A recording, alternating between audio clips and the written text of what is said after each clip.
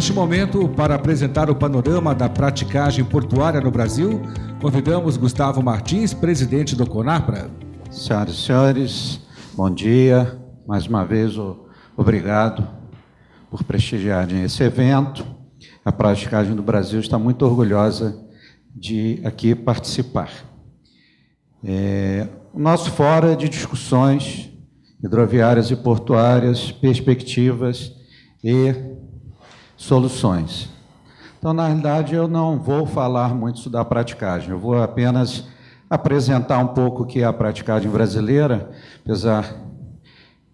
principalmente pelo fato de que muita gente não conhece, e depois falar um pouco das perspectivas e, às vezes, sugerir algumas soluções, apresentar um pouco da visão da praticagem do nosso planejamento dos acessos portuários. Como é que nós vamos desenvolver os nossos acessos portuários, os nossos portos, para poder atender a demanda tanto do agronegócio quanto da nossa indústria.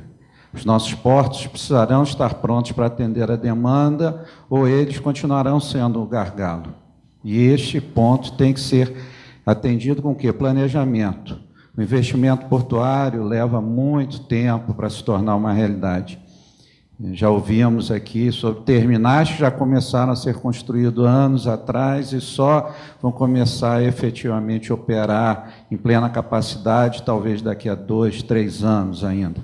Então, o investimento portuário ele tem que ser bem antecipado para que se possa atender.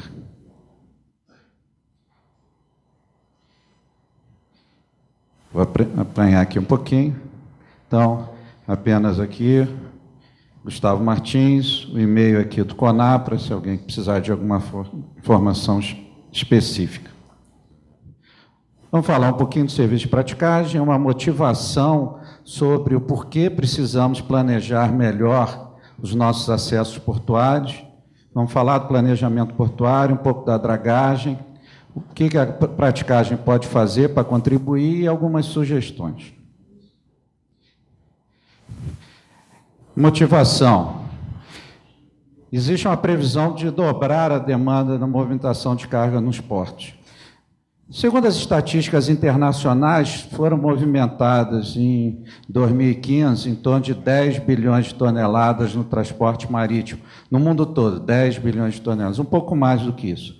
No Brasil, nós movimentamos nos nossos portos 1 bilhão de toneladas. Significa que 10% do que se movimentou nos portos do mundo em termos de volume, em termos de massa propriamente dito, foi movimentado nos portos brasileiros.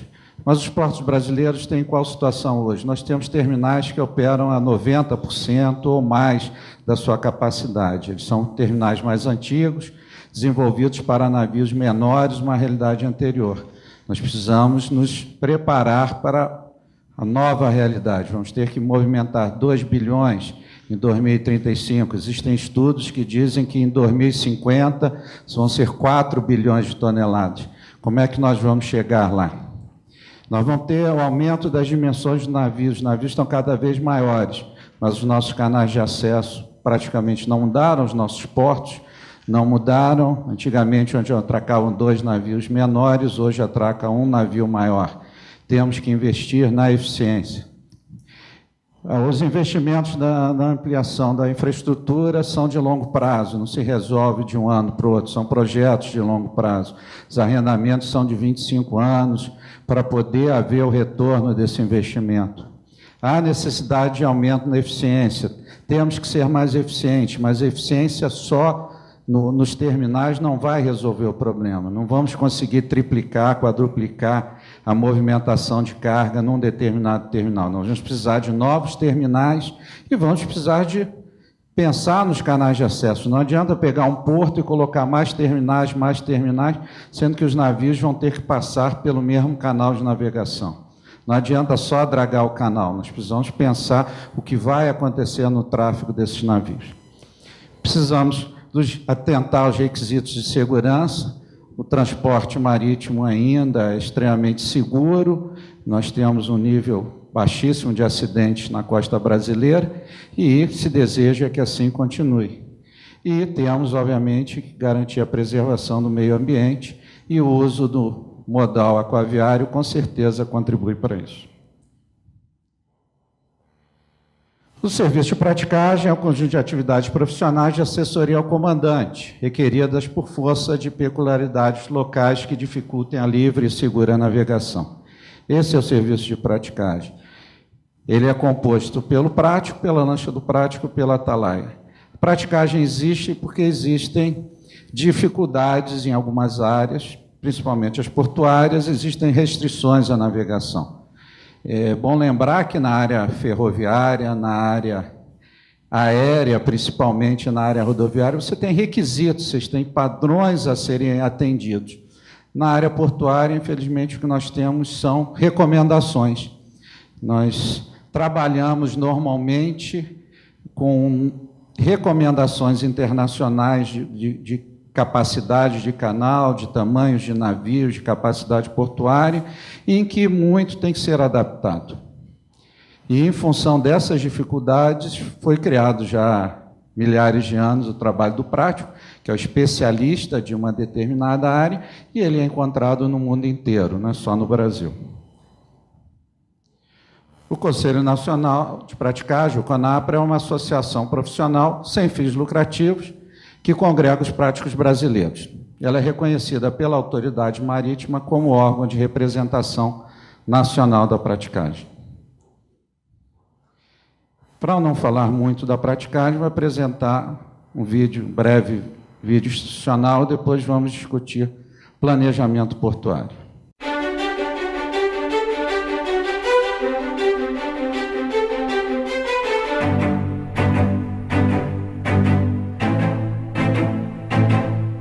Para quem olha de fora, pode parecer fácil conduzir um navio por áreas de navegação tão extensas. Se comparado ao trânsito das grandes cidades, pode até parecer que manobrar um navio em águas restritas é uma tarefa simples, mas isso não é bem assim. Para se ter uma ideia, um navio de porte médio, dentro de uma região de praticagem, a uma velocidade equivalente a 15 km por hora, 8 nós, demora até 10 minutos para parar e percorre mais de 1,8 km neste período, enquanto um carro médio na mesma velocidade para quase que instantaneamente em menos de 10 metros. Além disso, cada porto tem suas particularidades e a água do mar esconde pedras, bancos de areia e até embarcações afundadas. E um acidente com um navio pode ter implicações de grandes proporções, como derramamento de substâncias poluentes, paralisar um porto e, consequentemente, as importações e exportações, e até causar perdas de vidas humanas. Por isso, a praticagem é um serviço fundamental para a navegação e existe em todo o mundo há mais de 4.000 anos. No Brasil, não poderia ser diferente. Aqui a praticagem foi regulamentada com a abertura dos portos em 1808. Nesse período, a praticagem do Brasil tem enfrentado enormes desafios para garantir que a limitada estrutura portuária possa responder às exigências ditadas pelo crescimento econômico e movimentações de navios cada vez maiores. O prático é um profissional muito bem treinado, que conhece como ninguém as características da região em que opera. É ele que executa com rapidez e segurança as manobras das grandes embarcações de carga e passageiros, sob qualquer condição de tempo e maré, reduzindo o risco de um acidente que pode parar um porto.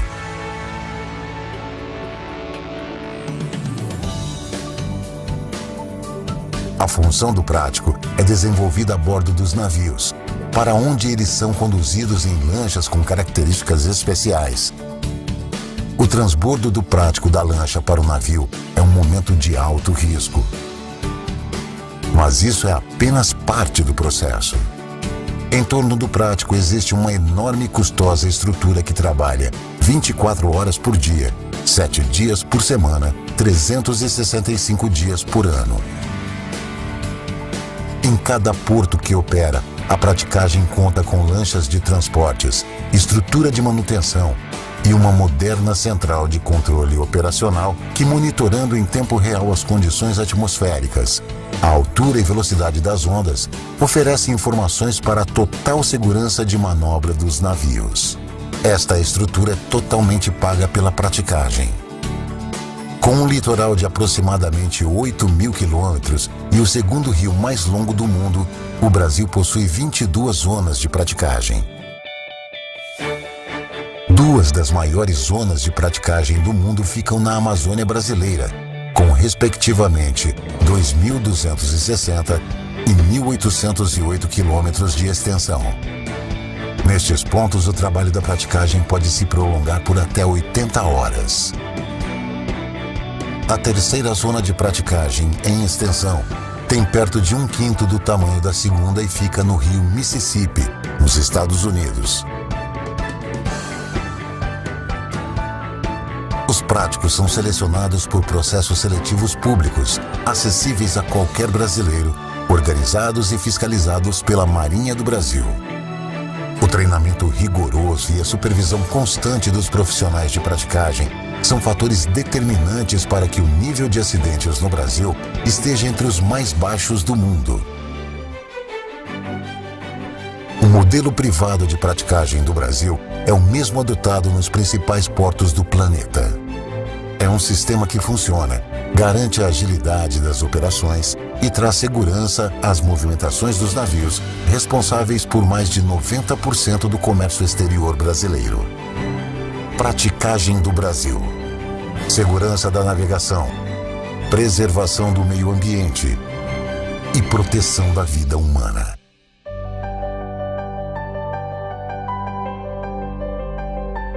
CONAPRA, Conselho Nacional de Praticagem. A praticagem do Brasil no rumo certo. Se alguém tiver alguma dúvida sobre o serviço de praticagem, obviamente estarei à disposição, não só nas perguntas, mas no próprio CONAPRA, qualquer contato para conhecer um pouco mais da praticagem. Obviamente, muitas cenas apresentadas aqui são da praticagem de Paranaguá e Antonina, onde eu exerço minha atividade como prático. Seria uma grande satisfação podê-los receber lá no Porto de Paranaguá. Dando continuidade, vamos falar um pouco de planejamento portuário. Como a gente estabeleceu, existem recomendações que definem o trabalho. Qual é o tamanho do navio que pode entrar? Qual é o maior calado desse navio? É possível o encontro de navios no canal?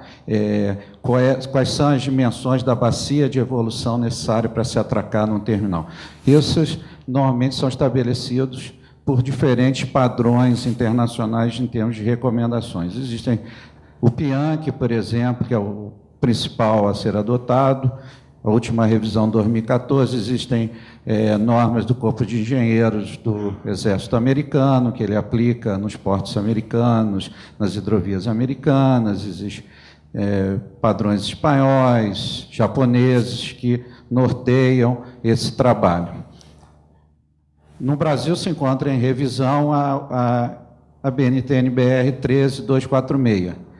Ela está bem desatualizada, a versão anterior. A atual está sendo discutida agora, passou pelo processo de consulta pública na internet, estão se coletando as contribuições para que seja emitida essa norma. Essa norma é pautada hoje no que estabelece o PIANC.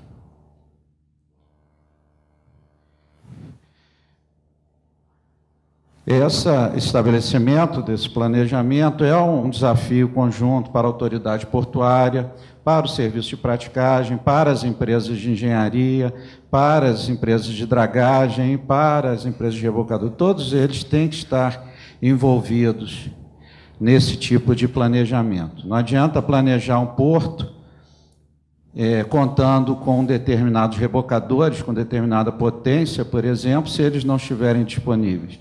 Não se obtém o resultado que se deseja.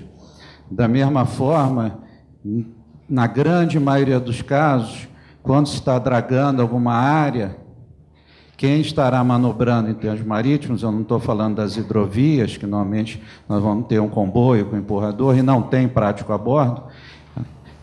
Nós temos na Amazônia somente para os navios de maior porte, então normalmente haverá um prático manobrando esse navio. Então, o prático é o principal interessado direto em que o projeto de dragagem, o projeto de desenvolvimento dê certo, porque é ele que vai estar navegando ali, assessorando o comandante em relação àquelas áreas. Esse desafio conjunto nem sempre dá certo, nem sempre existe esse diálogo. É importante a gente incentivar que o diálogo continue e aumente.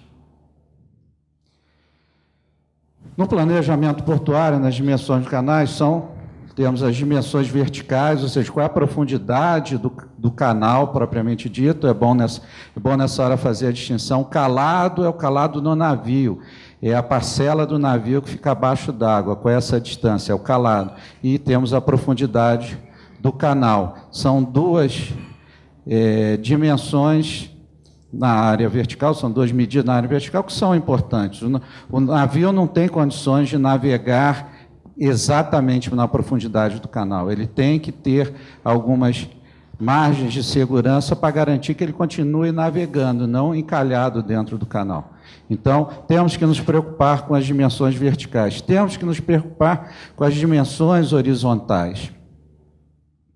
A definição do canal, ele vai definir, por exemplo, se nós vamos poder ter encontro de navios nesse canal ou se ele vai ser monovia, um navio passando de cada vez.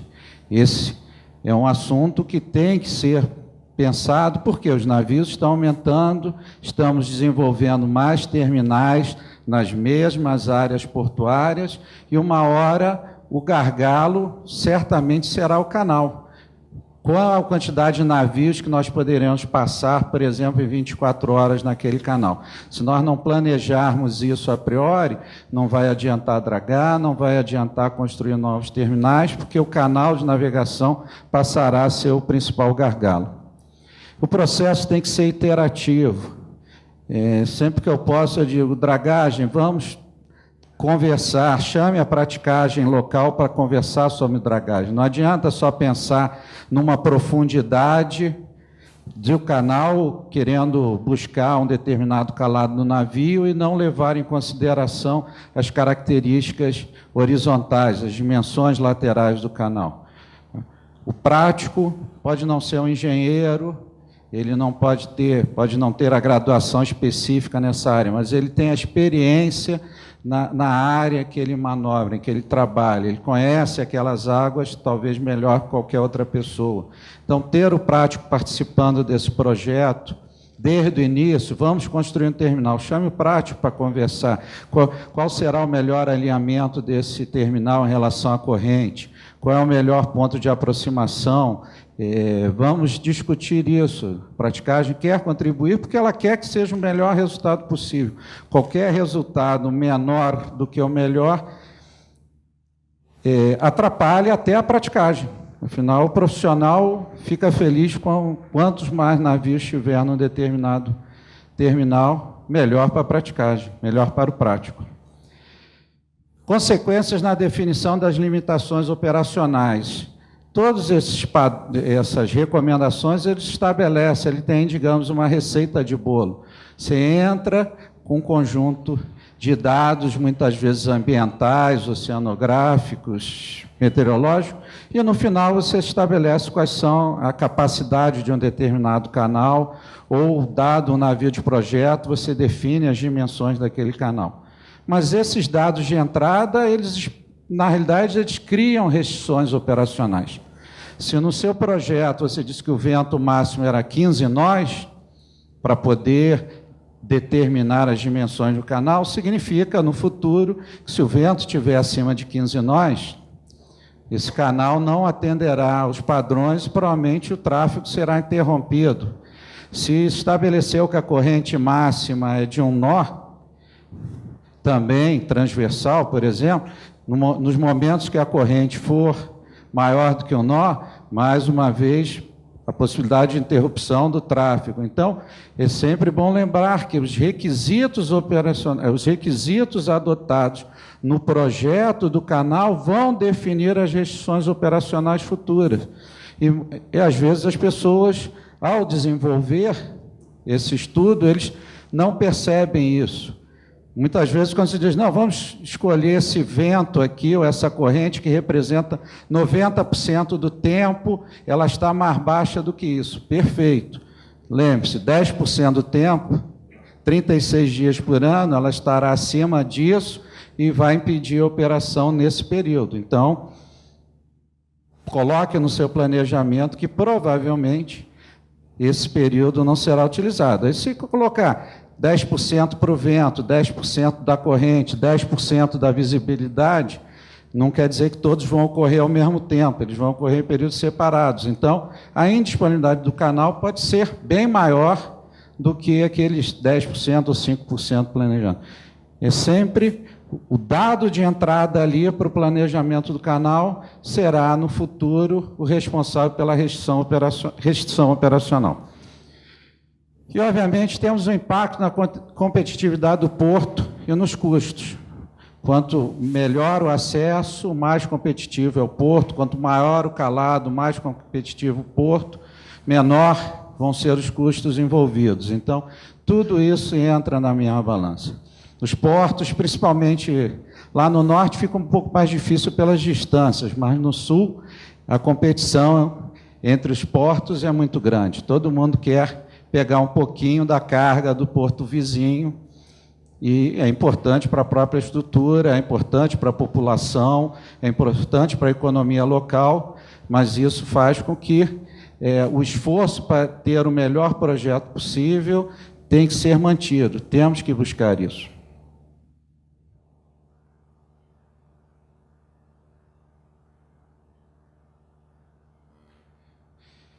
Agora, quais são as necessidades para isso? Primeiro, dados ambientais atualizados com a abrangência necessária. Não adianta sair para uma campanha de coleta de dados um mês antes de fechar o projeto, ir no site, coletar um mês de dados e ir embora. Não, é importante a gente começar a pensar em, sim, ter um sistema integrado de coleta de dados no ambiente portuário e marítimo, para nós termos históricos. Não adianta trabalhar só com a parcela dos dados. No final, teremos impactos na eficiência desses canais. Temos que coletar. Não temos isso. Isso é uma coisa que nós não temos. Na grande maioria dos portos brasileiros, não existe uma campanha de coleta de dados ambientais. No caso específico aqui do Paraná, o Centro de Estudos do Mar da Universidade Federal do Paraná tem um trabalho de coleta de dados em Paranaguá. Isso permite que esses dados possam ser utilizados em projetos futuros. Análise dos impactos no tráfego. Isso aqui não tem sido feito no Brasil. Não tenho conhecimento de nenhum estudo do tráfego nos canais. Qual é o impacto? Vou dragar mais fundo, vou ter um canal mais estreito, monovia. Qual vai ser o impacto em relação ao fluxo de carga nesse canal?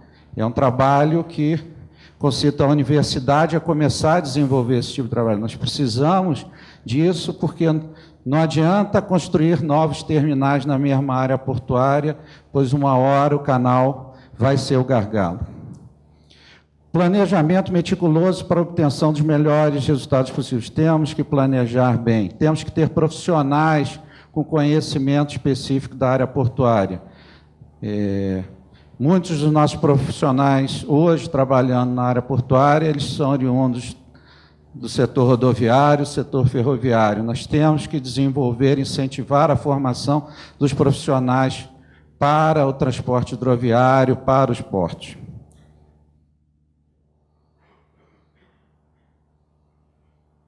Aqui, ó, apenas uma lembrança aqui, diferença calado, profundidade do canal. Abaixo existe o que se chama a folga abaixo da quilha, é a distância entre o fundo do navio e a parte mais baixa do navio, o fundo do canal.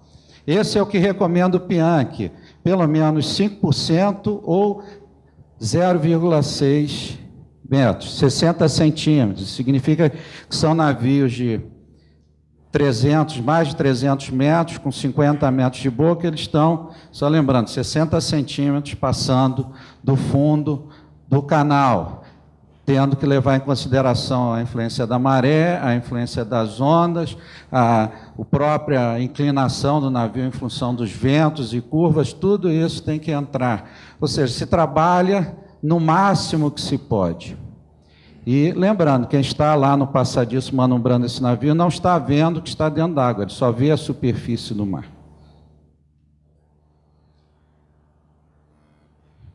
A dragagem, pelo menos que a gente tem visto até agora, a dragagem tem obtido os resultados, não está obtendo os resultados que se desejavam, estão abaixo do planejado. Um dos motivos pode ser o uso de informações desatualizadas ou a abrangência dessas informações limitadas. A gente tem que buscar mais informações, planejar melhor.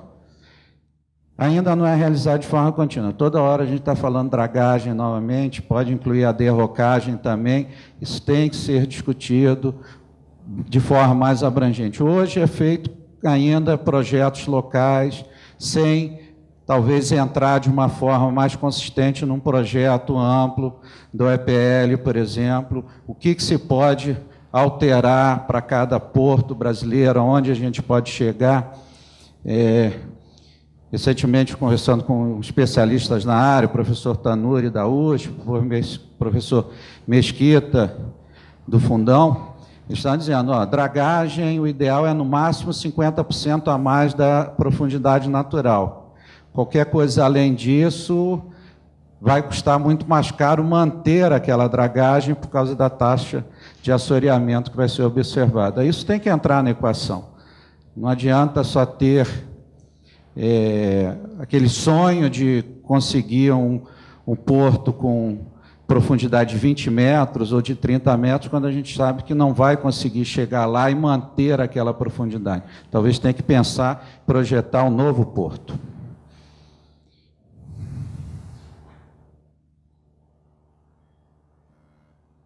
Dragagem, obviamente, tem os possíveis riscos ao meio ambiente, os sedimentos em suspensão, acabam interferindo com outras atividades, e temos que trabalhar, como eu disse, os limites ótimos para a dragagem. Não adianta só dizer, vamos dragar, eu tenho dinheiro, vamos dragar. Não, vale a pena dragar? Vamos estudar, vale mais a pena construir outro porto?